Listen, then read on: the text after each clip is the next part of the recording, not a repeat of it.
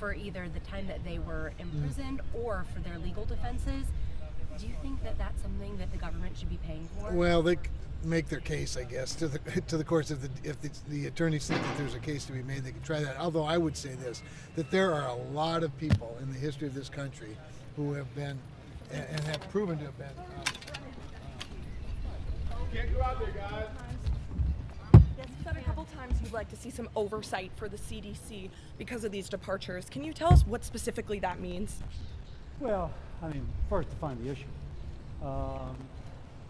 Children's health, we've got to be concerned about. There's some allegations floating out there. And so the president, the secretary, transparency. And so I've spoken to multiple members of my Republican caucus. They also think that we need to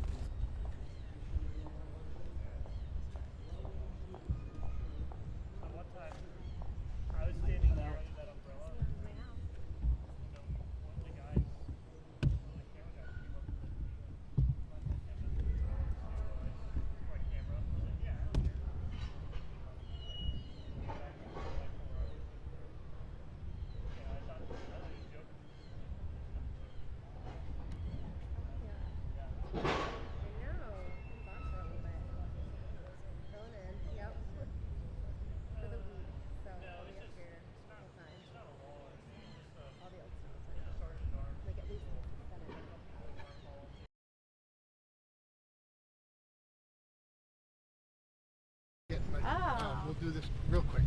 Great. How confident are you there's going to be a path forward on government funding before the end of the month?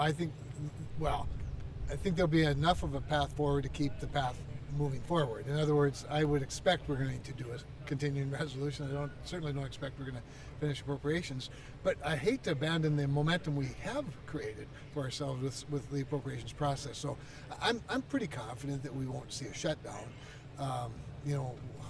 What happens a week, 2 month or two after that, I'm still uncertain about.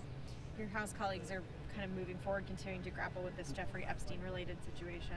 Oh. What's your take on this discharge petition and everything they're doing over there? Yeah, I guess I hadn't really paid much attention to it. I just know that when you're prioritizing the things that need to get done, funding the government's a pretty high one in this situation, particularly, again, since both appropriations committees have done pretty good work. The Senate has actually passed some of the bills, as you know, just before the recess. So I'd place September 30th as a pretty important benchmark for getting some things done, as well as, the NDAA that we just are voting on now to proceed. So, it's not my set of priorities, but I've got my hands full in my own chamber. Over the recess, the president attempted to fire the CDC director. There was sort of a mass exodus at that department. What do you think of that shakeup and some of your Republican colleagues taking issue with it? Yeah, it's an agency that has had its challenges. Obviously, I think that the president shaking it up shouldn't be a surprise to anybody. I think his criticism of CDC during the campaign was part of his success. That said, the CDC, like most agencies, is better with some stability, and so hopefully the ship can get corrected, get the right people in leadership, and move forward. Do you want Congress to get a chance to weigh in on this effort of President Trump's to sort of control the DC police? Is that something you want Congress to vote on? It's interesting because the DC situation is certainly different than all of the others in my mind. Obviously, the federal nexus is clear.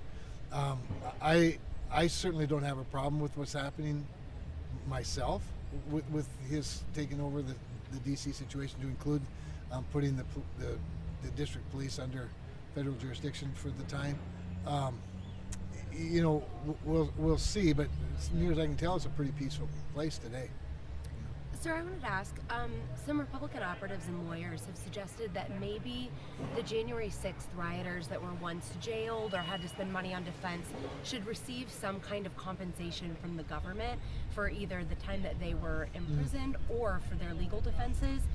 Do you think that that's something that the government should be paying for? Well, they make their case, I guess, to the courts. If the attorneys think that there's a case to be made, they can try that. Although I would say this, that there are a lot of people in the history of this country who have been and have proven to have been